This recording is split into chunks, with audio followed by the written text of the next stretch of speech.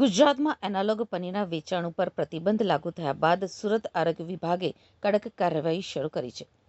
સુરતના ઘોડદોડ વિસ્તારમાં આવેલા એક ગોડાઉન ઉપર આરોગ્ય વિભાગની ટીમે દરોડા પાડ્યા હતા.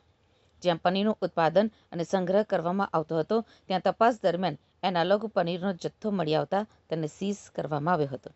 હવે ગુજરાત સહિત સુરતમાં પણ એનાલોગ પનીરનું વેચાણ કરી શકાશે નહીં.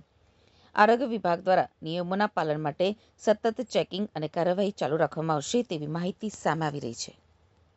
મારું નામ વિનાયતભાઈ છે. વિનાયતભાઈ, કયા બિઝનેસ સાથે સંકળાયેલા હતા, કેટલા વર્ષથી છે ને આજે હમણાં જે સરકાર દ્વારા જે પ્રતિબંધ મૂક્યો એ બાબતે શું? આ બિઝનેસ સાથે હું 8 થી 10 વર્ષથી સંકળાયેલો છું અને જે બી નિર્ણય લીધો છે એસએમસી કા ગવર્મેન્ટે બહુ સારો નિર્ણય લીધો છે. આ નિર્ણય એટલો લાંબો સમય એટલે બહુ લેટ લીધો છે. આની પહેલા બી લઈ લીધો તો સારું જ હતું.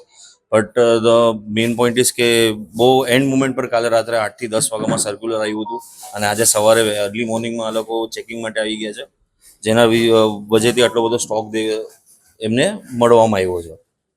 આમ જોઈએ તો કાયદેસર રૂટીન પ્રક્રિયા ગઈકાલ રાત સુધી હતી, આજે એના ઉપર બેન મૂક્યો, તો કેટલું નુકસાન?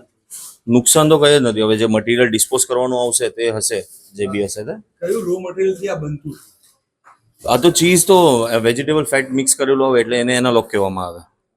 હવે એ વેજીટેબલ ફેટ જે જગ્યા પર બને એ બી તો બીજા કઈ જગ્યા પર વપરાતું હોય તો એ બી હેલ્થ માટે તો નુકસાન હોઈ શકે, પણ હમણાં જે કંપની સાથે અમે જોડાયેલા છે તે કંપની રાજસ્થાનની છે અને રાજસ્થાન ગવર્મેન્ટ હજુ સુધી આના લીધે કોઈ સૂચના આપી નથી.